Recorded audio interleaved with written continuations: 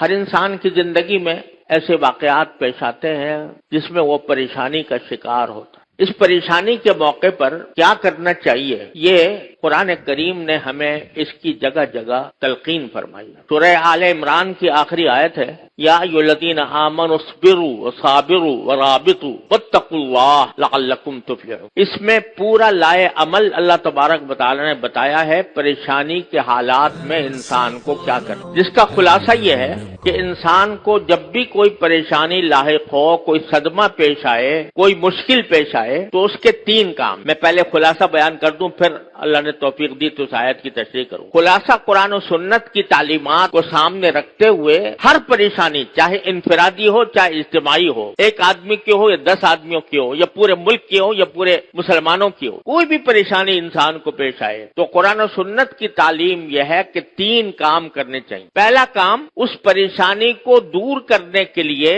جو کچھ اپنے بس میں ہے وہ کوشش کرے، صرف دعا پر اکتفا نہ کرے بلکہ کوشش کرے، یعنی اپنی عملی کوشش کرے، جتنی انسان کے بس میں ہے وہ کوشش، اس کوشش میں کمی نہ کرے۔ مثلا ایک شخص بے روزگار ہے، پریشان ہے، تو اس کا پہلا کام یہ ہے کہ وہ اپنی کوشش کرے روزگار تلاش کرنے کی۔ صرف اگر دعا ہی کرتا رہے کہ یا اللہ مجھے روزگار دے دے، اور گھر میں بیٹھا ہے اور مصلی پہ بیٹھ کر دعا کرتا ہے اور کبھی کوشش نہیں کرتا کہ مجھے روزگار کہاں سے ملے گا، کوئی ملازمت، کوئی مزدوری، کوئی پیشہ اختیار کرنے کی فکر ہی نہیں ہے، گھر میں چارپائی توڑ رہا ہے اور کوئی حرکت نہیں کرتا، صرف دعا کرتا ہے کہ یا اللہ مجھے روزگار دے دے، تو یہ ایک مسلمان کا کام نہیں ہے۔ مسلمان کا کام یہ ہے کہ ہاتھ پیر ہلائے، اپنی سی کوشش کرے، روزگار کے جہاں مواقع ہیں وہاں جا کر روزگار تلاش کرے، کوئی ملازمت کر سکتا ہے اس کی درخواست دے، کوئی تھوڑے بہت پیسے ہیں اس کے ذریعے کچھ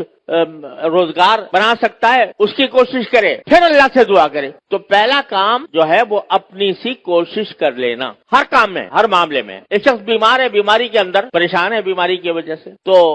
اس کا کام یہ نہیں ہے کہ بس بیمار ہے تو بیمار پڑا رہے اور صرف دعا پر اکتفا کرے، بلکہ سنت یہ ہے نبی کریم صلی اللہ علیہ وسلم کی کہ کسی علاج کی فکر کرے، اپنی سی کوشش جو بیماری کو دور کرنے کی ہو سکتی ہے وہ کرے اور پھر دعا کرے، اللہ تعالیٰ کی طرف رجوع کرے۔ بھروسہ اس کوشش پر نہیں، بھروسہ اللہ تعالیٰ کے قدرت پر، اس کی رحمت پر۔ اپنی کوشش اس لیے ہے کہ میرے اللہ نے مجھے حکم دیا ہے، میرے اللہ نے یہ کہا ہے کہ ہاتھ پاؤں باندھ کر نہ بیٹھو، کوئی کوشش کرو، کوئی قدم بڑھاؤ، اور اس قدم بڑھا کر پھر اللہ پر بھروسہ کرو، پھر اللہ سے دعا کرو۔ اجملوا فی الطلب وتوکلوا علیہ، اپنی سی جتنی کوشش تمہارے بس میں ہے وہ کر گزرو اور اس کے بعد اللہ تبارک و تعالیٰ پر بھروسہ کرو، اس سے مانگو کہ یا اللہ میرے بس میں تو اتنا کام تھا کہ میں یہ ہاتھ پاؤں چلا لیتا، لیکن اس عمل کو مؤثر بنانا وہ آپ ہی کے قبضہ قدرت میں ہے، آپ کے سوا کوئی نہیں کر سکتا۔ اپنی سی کوشش، اللہ پر بھروسہ، اللہ تبارک و تعالیٰ سے دعا اور انابت، اس کی طرف رجوع، یا اللہ یہ کوشش کی ہے، اس کو کامیاب بنانا آپ کی قدرت میں ہے، اپنی رحمت سے اس کو کامیاب بنا دیں۔ اور تیسرا کام، یہ 2 کام جب کر لیے،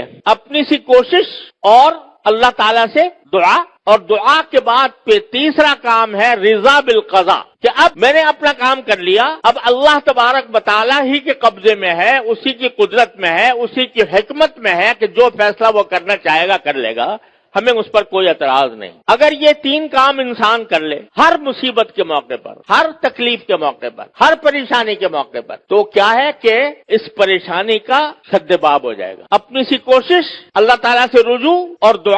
دعا بھی اہتمام کے ساتھ، اور پھر کہتے یا اللہ میرے بس میں اتنا ہی تھا، میں نے کر لیا، اب اس کو انجام تک پہنچانا وہ آپ کا کام ہے، آپ جو فیصلہ کریں گے اسی پر میں راضی ہوں۔ اگر میں بے روزگار ہوں اور روزگار کے لیے میں نے کہیں پر کوشش کی ہے، کوئی ملازمت کی درخواست دی ہے، 1-2 جگہ میں نے چلا پھرا ہوں اور اس کے بعد اللہ تعالیٰ سے دعا کر لی کہ اللہ مجھے روزگار عطا فرما دیجئے، اب آدمی کو یہ مطمئن ہونا چاہیے کہ میں نے جو اپنے کرنے کا کام تھا وہ کر لیا، اب اللہ تعالیٰ جو فیصلہ کریں گے وہی بہتر ہوگا۔ روزگار مل جائے گا، اللہ کا شکر ہے، نہیں ملے گا، جب تک نہیں ملے گا صبر کروں گا، اللہ سے کوئی شکوہ نہیں کروں گا، اللہ سے کوئی شکایت نہیں کروں گا، گلہ نہیں کروں گا۔ تو یہ 3 کام ہیں جو ہر پریشانی کے وقت